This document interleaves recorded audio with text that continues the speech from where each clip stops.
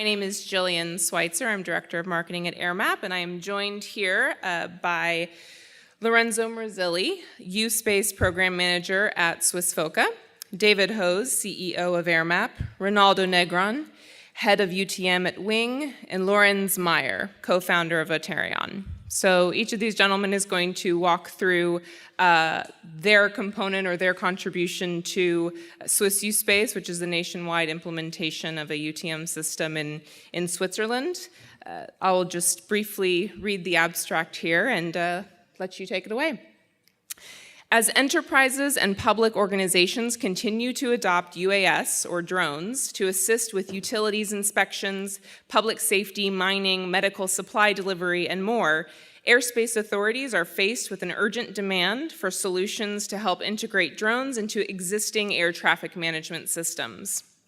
In order to enable large-scale, complex drone operations for commercial purposes, comprehensive national unmanned traffic management systems are needed to complement existing ATM environments.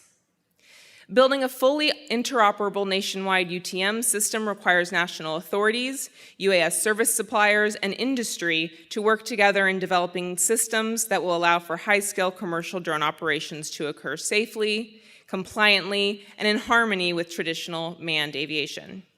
Known as the home of drones, Switzerland has become a world leader in innovative commercial drone use. This enablement has been made possible by the country's investment in developing a comprehensive UTM system called the Swiss USPs Implementation, or SUSI, framework. In this presentation, FOCA, AirMap, Wing, and Auterion will share the latest in innovative drone operations being undertaken in Switzerland and how these cases are being supported by its investment and development of its UTM system. And with that, I will let Lorenzo take it away. Right. So welcome everyone from my side. I'll guide you a little bit through the Swiss USPs from a, let's say, government perspective or regulatory perspective. So a quick introduction about the whole system. So first of all, from a government perspective, the question you can ask yourself is, why do you need that, right? That's the point.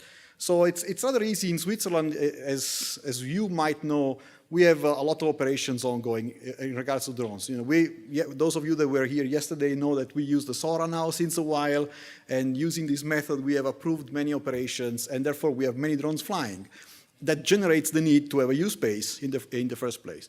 So some of these operations you can see there, there's a sense flyability, they fly BVLOS, sparsely, quite low altitude.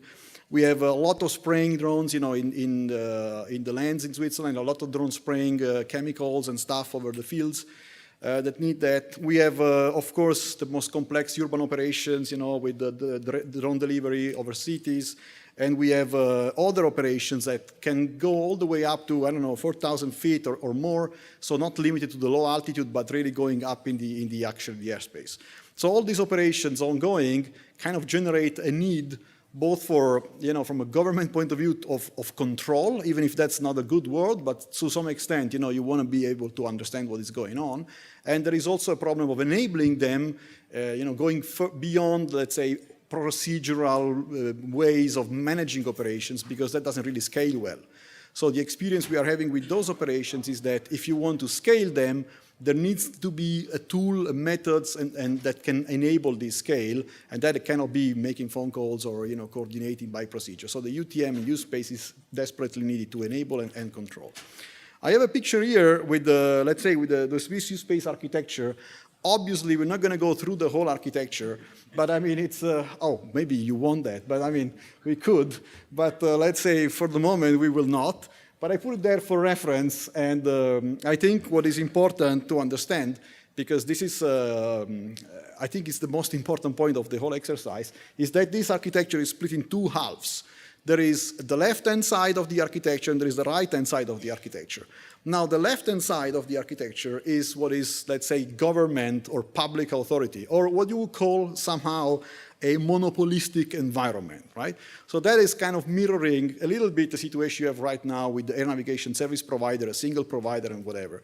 So we believe that there is still a role for a central entity to perform certain functions. However, contrary to, obviously, to the manned aviation of today, there is a right-hand side of the architecture, which is, let's say, the market side, which is where all the different competitors and all the different service providers, data providers can play. And then there is something that connects the two. So this is important. We want to have like an open market system that is somehow, however, connected and coordinated through some level of central control. The other important thing is that Switzerland, being Switzerland, we basically try to minimize as much as possible what has to be monopolistic and centralized. So the idea is we go market-oriented architecture as far as, let's say, technically, legally possible. And where we hit the boundaries of what is not possible, then, okay, you need to probably keep something centralized. So that's a quite different paradigm from a lot of things that are going on in manned aviation, where you kind of have the opposite of that. And this is why the challenge that we are facing in the Swiss space is how do you enact this change into an environment which is not used to that. So how do we organize that? How did we organize this entire thing, and how did this come to life? Was originally we had a first document called the Swiss Space ConOps, which has been published, I think, now since a while. It looks like, it feels like it was published like, I don't know, 10 years ago, but it's like a few months ago, and I'm already looking like, oh, there is a new release coming soon. We need to update this thing so much, because basically these guys go so fast that whatever you write is obsolete the next day. Anyway, this survived 3 or 4 months, but at least it sets the scene. You know, it framed the whole story, and people actually signing up to join what I will show you later could see these ConOps and say, okay, I agree with the concept, and that's why I want to work with you. If you disagree with the concept, obviously you're not going to do that. So we want it to be clear towards the industry and also our navigation service provider, SkyGuide, about what we had in mind, okay? And that was the ConOps. And again, since our mind is changing, we're gonna have a new release coming soon. So what are the key takeaways basically from the ConOps? What are the key takeaways from the architecture? As I said, we do have a FIMS, as a charged word, but let's say we do have a FIMS that basically embeds some key state-level airspace coordination functions, okay? Again, there is always a discussion about how much is in the FIMS, how much is not in the FIMS, do you want a big FIMS or a small FIMS? So we're going through this discussion, what has to be state-level airspace coordinated and what can be left to the industry to coordinate. As I said before, it's market-oriented unless proven otherwise. That's a very important point. It is based on open APIs, where open APIs, of course, make sense. We don't want to have everything open API, but where do they make sense? We really encourage open API. And also important, not only open API, but I would say industry standard API as well. So we're not going to invent our own system out of the blue. The idea is always to try and leverage as much as possible the industry standards that are coming out, so that it is compatible in general.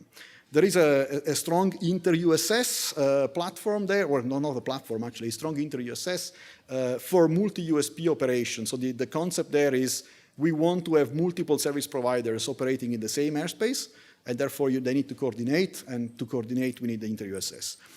The second last bullet is probably the one that is giving me more trouble, because we are trying to integrate this with manned aviation. In other words, we're trying to, we are causing problems to ourselves, saying we don't just do this in an island away. We don't restrict the airspace and say, oh, you're going to do that in there, and everything else stays the same. Like, the idea is we try to elicit like conflicts with the ATM. We need to understand on these touch points where is the challenge when you try to go into the ATM. So, for example, we put the dashboard of the system into control towers in Switzerland. One is in Geneva and one is in Lugano, for the controllers or the supervisors to use. And then we started to see what was the feedback, like how is this actually happening? And yeah, feedback is good on the one end, on the other end, it can create a lot of troubles. So yeah, we like troubles, and so that's why we said, okay, let's do that, and let's see what happens. Huh? And so we are now in trouble, but it's fine, because if you don't do it, you never know that you're going to be in trouble. Therefore, you have to do it the sooner the better, basically. The other thing is we have several services. I will quickly go through them in a second, and we try to have a functional description for each of them. We understood a lot that it's like people speak about services, but if you don't really understand the function that they are doing, basically speaking about different things. And so we're trying to really nail down what is the service that we're trying to implement. When it comes to the themes, at the moment, we have identified, at the moment of issuing the ConOps, so 3 months ago or 4 months ago, we had identified these functions, and those is probably David who's going to speak to that, like that the themes has to perform. And basically, our navigation service provider, supported by AirMap, is trying to develop the software and the interfaces to perform those services. As you can see, it's basically related to airspace information, traffic information, exchange of information with relevant other other authorities. And the last bullet point, which is still kind of under consolidation, is who's going to run the registry of drones, and how is that going to happen? The USPs registry of drones, if the FIMS could be the place that where this is done or not. This is still under discussion. But that's basically the identified functions of the FIMS. As I can see, it's rather small. We don't do a lot of stuff. Strategic deconfliction or tactical deconfliction is not in there. So we leave that to the industry for now. But other functions are in there. And of course, at the moment of writing the ConOps, we were thinking, okay, what kind of services do we expect the market-oriented side of the architecture to actually perform? And this is not an exhaustive list. It's just an original shot to say, okay, we think we're going to have flight planning, remote ID. At the time was called de-identification, right?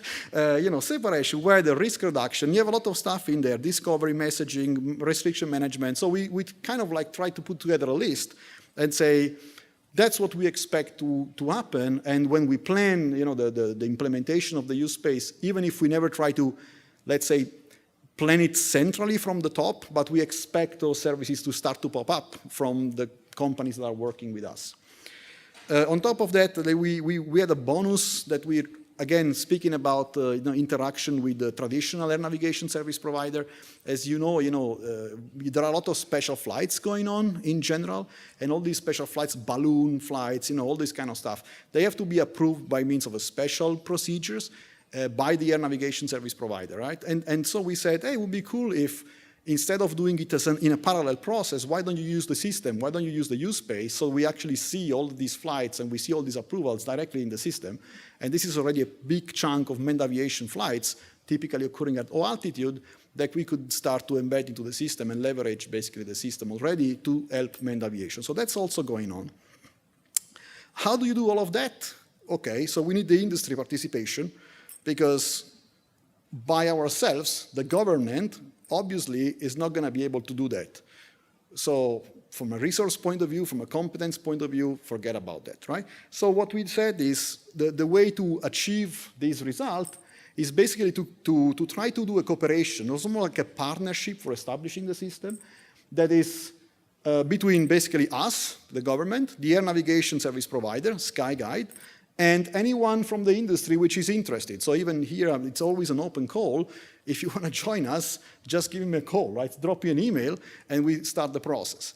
So you see on the right-hand side the name of companies that have already joined the effort. Some are still pending. We are discussing with them. But the basic idea is industry, you sign up with us. How? If you agree with our ConOps, that's clear. And if you agree to sign an NDA, which will allow you to cooperate with the others. That's it. And we, from a government point of view, provide basically some sort of central coordination and secretariat duties to this group. But the group is kind of driven by the companies themselves, right? So if I don't know, Wing comes and say, I want to do something like that, what do the others think? Say, yeah, it's a good idea. So you have like 6 or 7 of those, they pull together and say, let's try to implement this together. And then somebody else is doing something else. And we just coordinate and make sure that whatever they do, we like, because if we don't like, they cannot do it at the end. So we just exercise a soft level of control. At least that's what we like to think. And I think with that, it's a quick introduction, the way we work, the way we operate. Please join us and join these guys as well into this effort. And I think next is you, David. So I'm good. Thank you.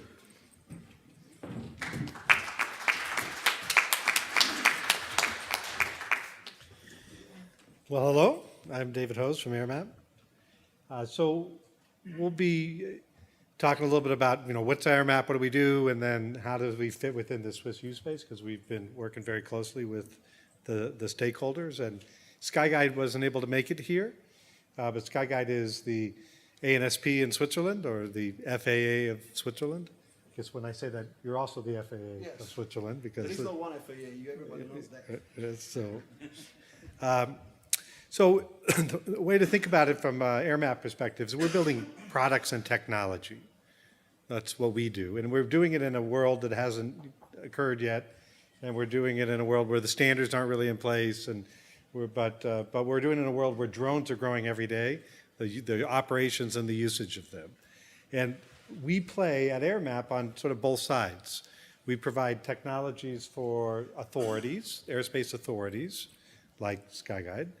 And we provide technologies and solutions for the UAS ecosystem, the drone operators. So we sit on both sides. And so we hear quite a bit, particularly from the people on the drone operator side. Hey, what can we do to fly more with less friction and still be safe? What can we do to automate? It's a very manual process. So I could fly more if it was easier. And then we hear on the authority side, well, we think that there's a lot of services we can offer, but we want to do it safely and definitely protect manned aircraft. So the FIMS is really the technical answer to working on this automation problem. And so as we've worked around the world, and you'll see some of the places we've been working, and we've learned a lot here in the US working at the FAA. What we've done together with the SUSI and particularly with SkyGuide and FOCA is come up with what are those services that an airspace authority needs to offer, must offer, and can't leave to the competitive market. But what are those services that need to be automated so that we can see more drones flying? And the architecture really is this, a simplified, relatively lightweight FIMS that's operated by SkyGuide under the authority of FOCA. And then all of the players that participate to serve the drones. And it turns out one of the things that people do ask about is that AirMap and SkyGuide, we actually are on both sides. We have the regulated side where we're equal and treating everybody the same. And then we have the competitive side where we serve the market of drones that is our focus. But we do that along with many other USPs that are serving the market in their own way. And we have no proprietary advantage other than working hard and we're a little cuter. So if you look at what our USP does, what the AirMap USP, in this case powering SkyGuide, is we provide the regulatory requirements, the access to the FIMS capabilities, a whole bunch of additional capability, and we do it in an API-driven way. So not only do we have our own app, and there's a SkyGuide app that will be in the market that has their brand, but we also have, as many of you know, a large developer community that use those APIs to build their unique capabilities. And here's an example of some of them. We have thousands of developers connected to our system today, and many of them have launched products that incorporate the capabilities of the AirMap USP, and then the AirMap USP in Switzerland is connected to the FIMS. And we keep talking about the FIMS and what it does. What I would say is the SkyGuide implementation of Swiss USPs together with SUSI is the most advanced set of automated capabilities that we've seen across the world. You get automated updates to the airspace rules. You get automatic restrictions. You'll receive, digital NOTAMs. You have visibility into other missions that are happening. You have the ability to access authorizations in a digital way like LANCE in the United States. They're somewhere in the system, whether it'll be physically in here or connected to it, is the registry of drones and drone operators. And that connection of capabilities in an automated, API-driven way allows scale of missions that we don't see anywhere else in the world. Because if you think about that big set of services that I talked about, these sort of foundational services, in most of the rest of the world, in fact, everywhere else in the world that we know of, and even in the United States, although some of that's automated, most of it's not. And so if you want to get access to digital notifications for NOTAMs, or if you want updated information of the regulations, or visibility of manned aircraft, or know where the balloons are, one of those things you have to do by hand. Or more importantly, as we know, have a visual observer. And this ability of driving automation and with the architecture that we realize we'll be updating again in 3 months and again in 6 months and all the time, doing that together with the industry is I think, a very unique happening in Switzerland, and why a bunch of people are signing up. Now, AirMap doesn't just work in Switzerland. We work in a number of other places in the world, so I have some authority when I say that Switzerland's leading the world. There's a lot of other great things that are happening, and so not just AirMap, but also the other members of SUSI will come back and talk about great things that are happening in, let's say, what Wing's doing in Australia, or work that Auterion's doing with other places in the world. And they bring that back, and we try to cherry pick the good ideas and take the things that have already been done and incorporate it as it makes sense. So from an AirMap perspective, although we implement systems around the world, a lot of what we do comes back again to industry. And so you'll see the work that's being done with drone code, the work that we do with CANSO, and the work around ASTM that you'll be seeing soon. That's me.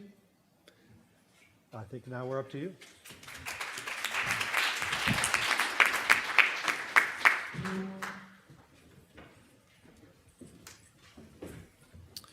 Hey, good afternoon. My name's Reinaldo Negron. This is actually Wing's first presentation at InterDrone. I know AirMap's been here, I think, almost every year, so I'm going to give you a little bit of a summary about Wing, and we'll go through that. But I always like to start with this picture. This is actually a delivery. We'll talk a little about our delivery side of the business that happened in Finland. And for us, everything starts with an operation. And so you'll hear as we talk through our perspective, talk through the solutions, talk through the work we do with SUSI, it really is operational driven, because the whole point of having access to this guy is to do something with it. And so we're going to start with that point. A little bit about Wing, if you're not familiar. We have done drone delivery. We actually have operations in the US, Australia, and Finland, and have done deliveries there, over 80,000 flights, including 4,000 deliveries as well. And we've been approved through the SORA process by CASA, TRAFI, and the FAA is kind of the first air carrier in the US. And we've also participated in and we're trying to explain all the acronyms here, but you got to hear about them, but the IPP, the Integration Pilot Program, the UPP, the UTM Pilot Program, and the NASA TCL trials. And so done a lot of work trying to pioneer how these services come into play. We also recently released something that goes beyond our delivery service. It's an approved app by CASA, the first of ideally many approved apps that we call OpenSky. And our goal, our mission for OpenSky is to empower everyone to safely access the sky. And we take the word everyone in there actually pretty seriously, and that's one of the things that brought us to SUSI, and we'll talk about this, because everyone doesn't just mean the people using our app. Everyone means how can we work with AirMap and other companies and Auterion to go ahead and have everyone have that access be simple and easy. But we did release kind of our first app. It was helps you know where you can and can't fly in Australia, uses authoritative data sources, and worked very closely with CASA to get that out. But our goal is to have many apps in that ecosystem launched. That's a little bit about Wing. I want to talk about how we found Switzerland, because I think that's a really, really important piece. I loved this quote from InterDrone, actually, from I don't know how many of you got to see Lorenzo's talk earlier, or the workshop, but SORA is the de facto standard for assessing risk of UAS operations. And for us, SORA was a key part to our business. SORA is the way that we went from starting to do deliveries as remote, in the middle of nowhere, line of sight, tens of flights, to be able to do thousands of flights in a suburban area. right? This risk framework and being able to build on it was critical for Wing as an operator to move forward. And that kind of brought us to Switzerland as kind of that initial piece. And we realized that USpace and UTM services are key for enabling SORA operations. These are actually some of the flight paths from our flights and the route planning that we do and the strategic deconfliction we do for our operations. But having places to automatically help you know where you can and can't fly, get you from A to B as a delivery service is critical, and being able to show that you have the maturity and repeatability as part of the SORA process is key to having any business operate. And so for us, SORA was a foundational piece. But one of the things we saw, and USpaces are very helpful, services are helpful to get there, the stuff that Lorenzo talked about. But we also recognize that there's a diversity of UAS applications. Delivery is just one. There's actually a few delivery vehicles up here, see if you can pick them all out, but they definitely don't look the same. There's actually, someone commented, wow, the bird looks weird. It's actually a drone in the right there that scares birds away from airports, but there's a wide range of operations. And we have really strong assertion that there's not going to be one service that works for all of these. It has to be an ecosystem to be able to address these issues, because there's not going to be one API, one thing that can do all of this for all things. And that led us to focus very heavily on how to have a collaborative, industry-led UTM or USpace ecosystem. And this isn't an architecture chart on services, but is how we think about the problem. As we said, everything starts with operations, and so you'll see the drone operators on the right. And really the goal of providing the services we talk about is to provide safety through automation, to help you do your flying, your job, your mission, the thing that you want to do easier and faster. But to have that ecosystem approach, we need to have interoperability. And so we actually are releasing an open source capability that gives you safety through interoperability and enables that collaborative approach. So that no matter which service provider you pick, you're making sure you have a complete picture of the airspace and a safe way through it. And then the third piece, which is one of the things that has been great and what Lorenzo talked about is kind of the area we spend a lot of time talking through, is the safety through oversight. How do you go ahead and establish a framework for multiple providers in that right side of the diagram that Lorenzo talked about that is industry-led? How do you make that happen? And how do you make sure it's trusted and safe and has good oversight? And we think there's three fundamental pieces to that. And the FAA did this with Lance. CASA is working through it as part of their app ecosystem, and so is, of course, Switzerland. But the three pieces are, one, authoritative data, having good data that you can trust and getting that data outside of the silos of the air navigation service provider and get that out to industry, and that's some of the great work that AirMap has done. And then performance rules, so figuring out what you need to do and how you need to perform as a service provider. And those performance rules are key. They don't tell you how to provide the service, but they say what you need to do and the level you need to do that performance at. And those rules are critical. And the Lance, for example, in the US actually has a set of performance rules.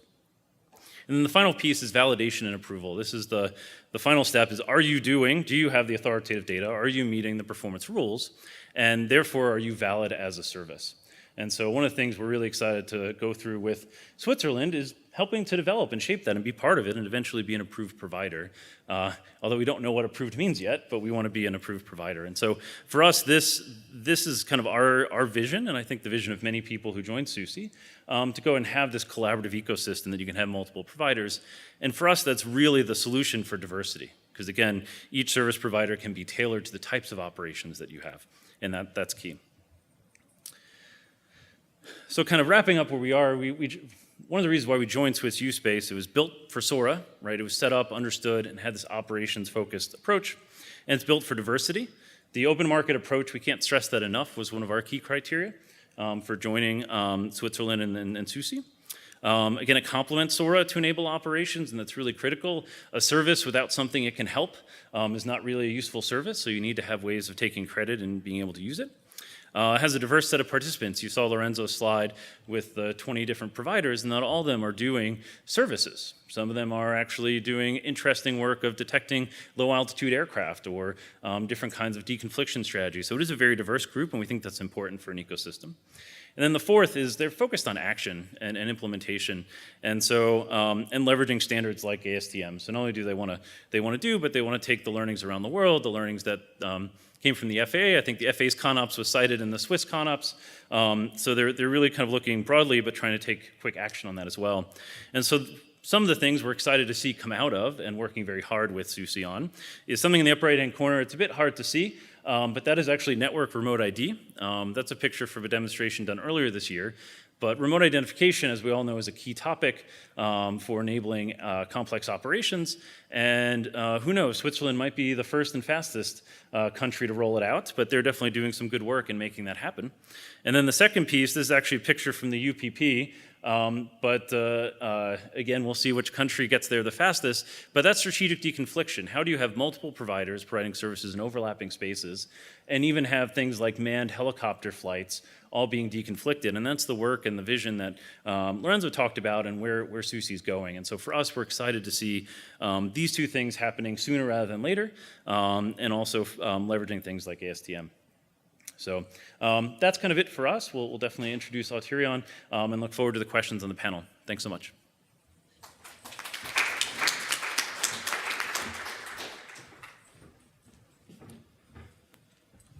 Hi, my name is Lorenz Meier, and I would quickly like to introduce Auterion as an example of a software platform that is really driving what we see as scale out.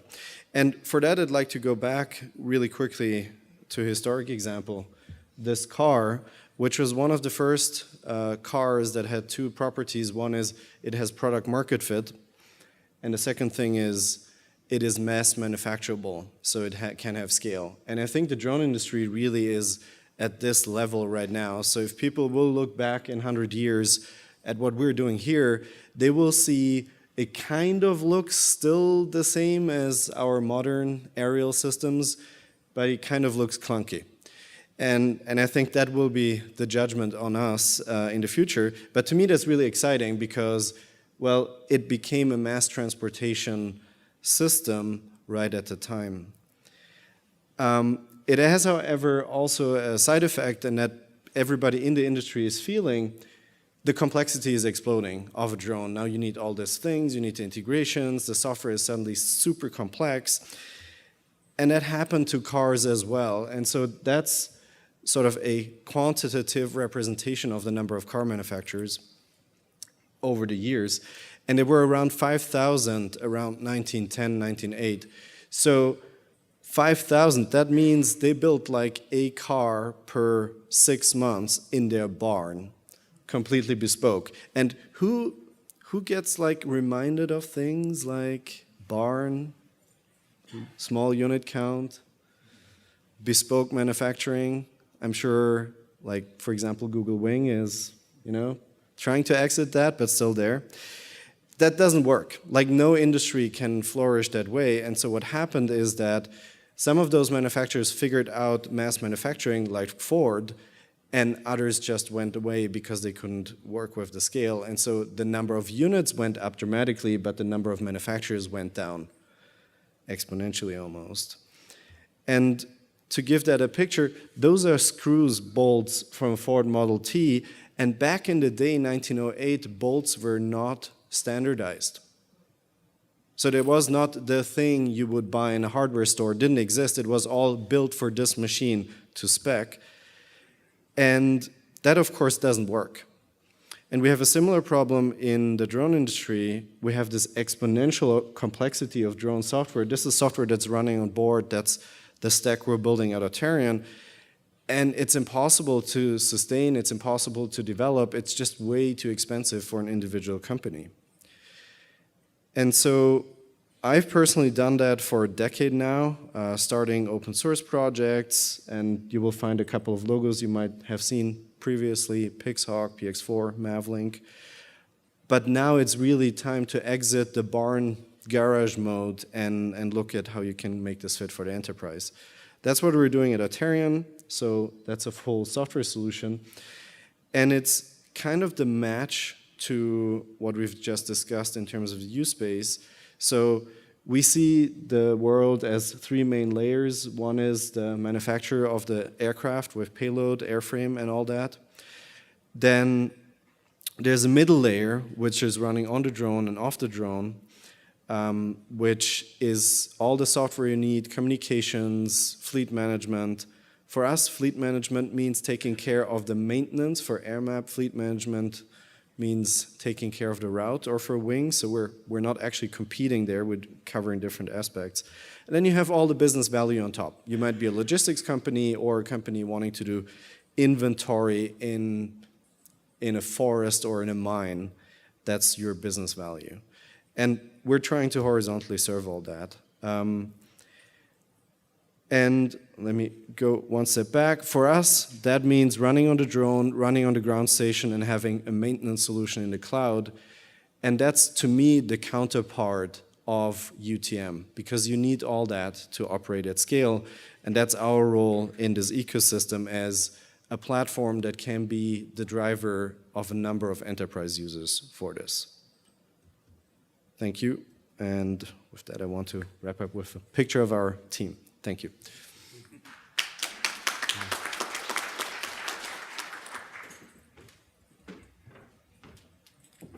Great, thank you guys. So does anybody have any questions? We'll open it up to the audience for Q&A. It's okay, I came prepared. So Reinaldo, you discussed a little bit about SORA, and I think it's something we've obviously seen quite a bit abroad, but might not be as familiar in the United States. So can you describe a little bit more at length, maybe how SORA has contributed to the commercial drone business and how it's been able to be somewhat of a mission multiplier through USPs?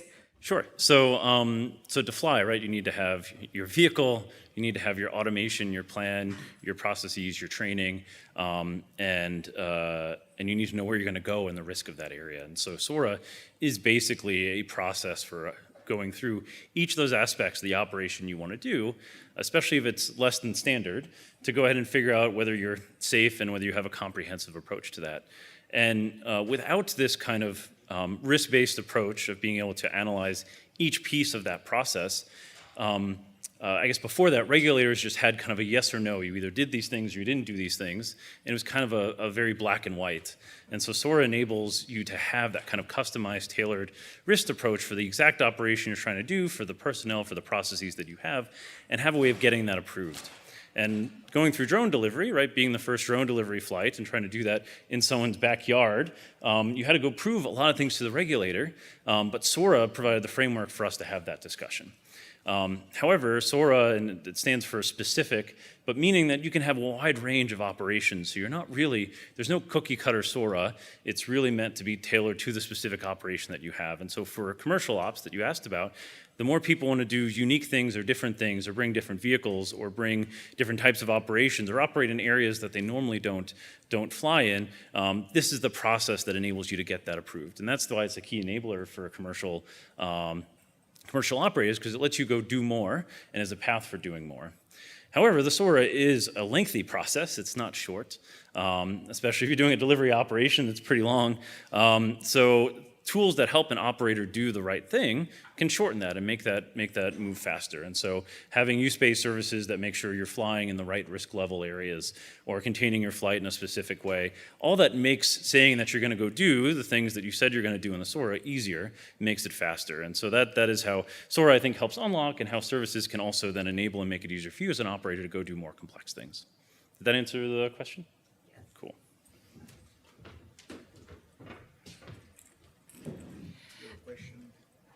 Yes, go ahead, please. So you mentioned that remote ID is kind of more advanced in Switzerland than here. And so on what time horizon do you think that the UTM solution will be up and running in Switzerland? The question was, what's the timeline for UTM to be up and running in Switzerland? Maybe specifically remote ID? I'm gonna dodge the bullet. No, the thing is, this is a tricky question because you can think about like us authority kind of driving the timeline, and that's the way that you normally would do, right? So I would go and say, okay, we want to have remote ID end of the year, we want to have strategic deconfliction next year, and this and this and that. But the problem that I'm having is in my experience in this ecosystem, it's kind of the other way around. Because every time I try to drive the timeline, then the timeline changes either because they are too fast or because the industry is focusing on something else, right?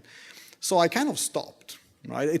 That's why I think it's a little bit of a weird situation as a program manager that you don't really have a proper timeline.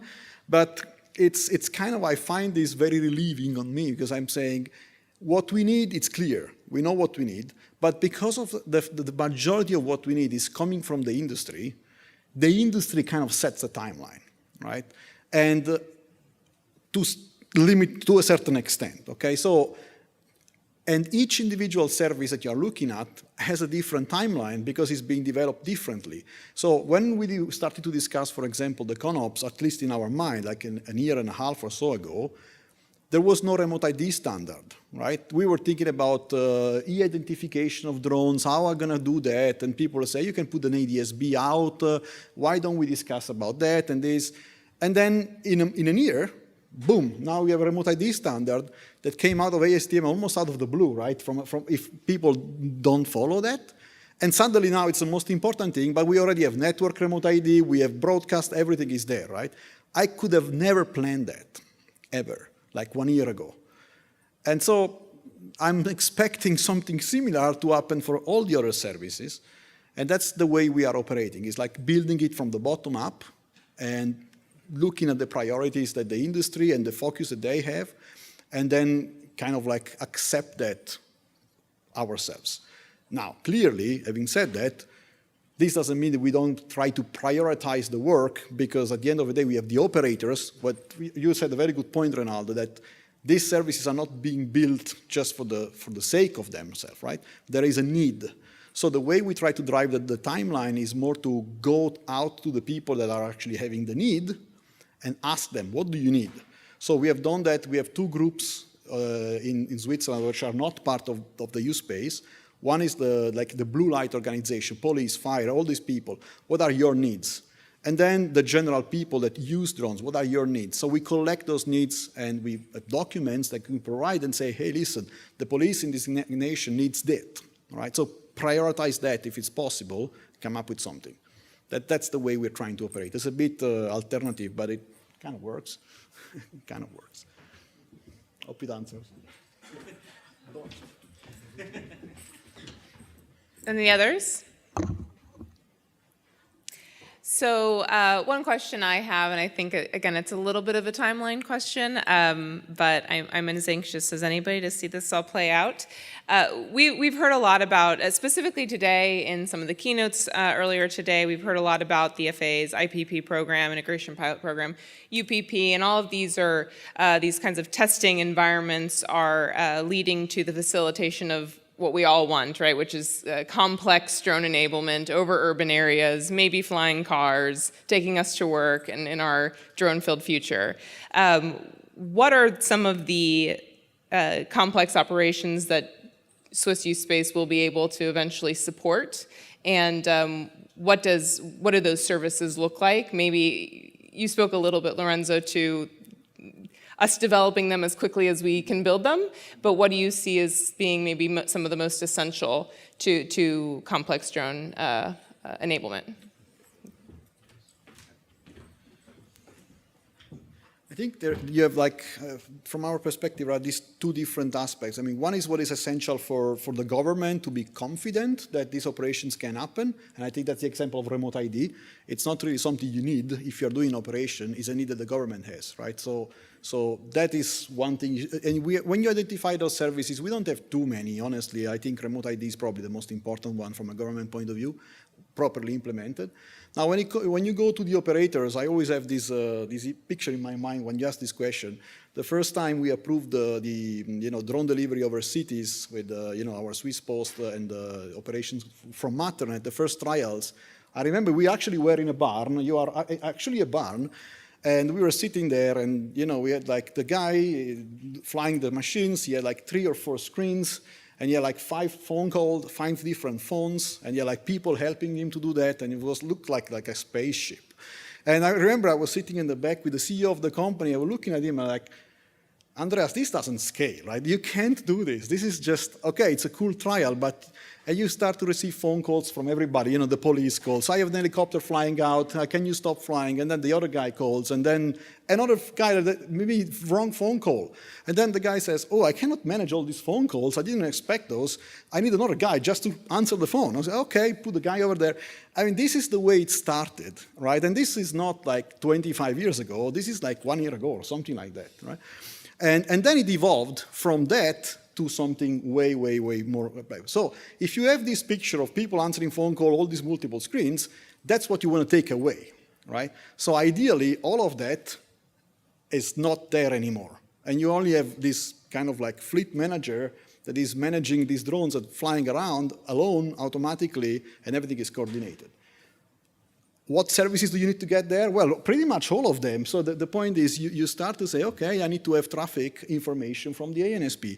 So I need this traffic pipeline coming into to the USPs, right? I need to be able to plan my flight properly, strategically deconflicted, and tactically deconflicting when it's coming to the air, right? So, and so on and so on and so on. So all of that is what you need to actually scale. So it's not one service. You need the full set. And yeah, that's the challenge. It takes a while, I think. Yeah. Please.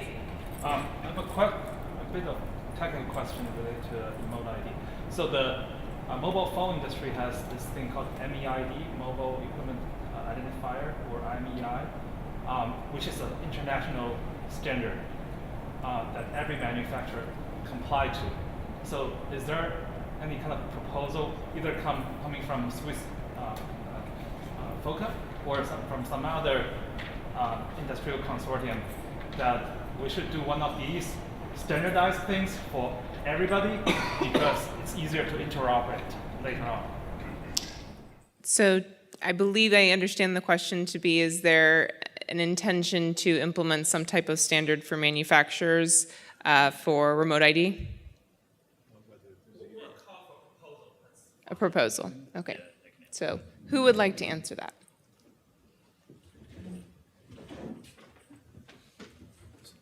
So there's actually been a good bit of time and effort in this area, and CTA, and I think the number is 2063, but I'm looking at Andy Thurling because he actually probably knows it in the back there. But there is actually a standard for manufacturer serial numbers for that, and that is something that has been incorporated into the remote ID standard as kind of the expected way for serial numbers to be translated. I think they're still working through the process of how you sign up to get one. I know DJI generally conforms to it.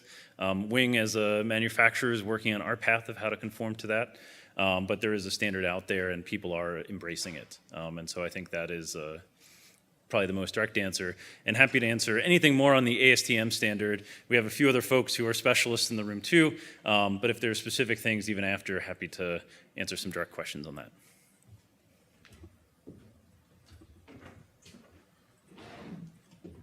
Any other questions? All right, yep, go ahead.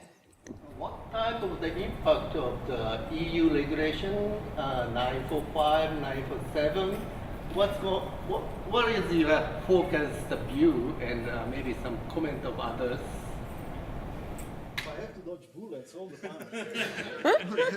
All right. Thanks for the question. So now this is I'm on record, so I got to be careful now. No, okay. There is clearly Switzerland receives the European regulation because of the bilaterals. So we have an existing regulation which we will basically scrap and take the European one and start to use that. Do I like this? Depends. On certain aspects, I think the regulation is quite good. On other aspects, it's very complicated. I don't think it's going to really help. But in general, I think we are quite okay. I think we are planning now the transition. It's not a big program in Switzerland. How do we transition? And so we are planning that, and we are confident that it's going to be okay, right? We have this good feeling it's going to be okay. Now, having said that, I believe there are problematic areas. So, for example, the regulation clearly mandates to have a local broadcast remote ID solution, right? And in a country where you have 99% of connectivity, right? I would say, yeah, okay, that's good, but I think connectivity might also offer benefits that the broadcast doesn't offer. So now, if I am stuck with that regulation, I think is suboptimal to me, right? How do you fix that? Well, there are other regulations coming, of course, from Europe. For example, the USPs regulation that is now being developed. And so a lot of the aspects where, the technology could be really, embraced better could be in that regulation. So our effort is to influence that, the new regulation, in a way that is a little bit more compatible with all these technological advancements which are actually happening. And that's the way we typically operate. Like, what we don't do, it's try to create like national law that is kind of like an exemption to the European law, because at the end of the day, you're going to have to work with everybody else around you. So you don't want to create these little islands. But at the same time, when you are running ahead, it's a little bit sometimes frustrating to say, oh, but now I have something that is like bringing me back. So we try always to push them to, to run with us. That's the idea. Yeah. Do you want to talk a bit about open versus specific? Because the regulation is more focused on it. Yeah, I mean, the thing is, the regulation, it's true, it's the part which is a little bit problematic is on the open side. On the specific side, it's very good, right? Because they embrace the SORA, so I'm very happy about that. And and when you have the SORA is embraced, basically you can do what you want in that area. And so that is the area that we keep for ourselves to basically experiment and move these things forward. I think the open is where it's a little bit more locked down. And we will live with that somehow, yeah.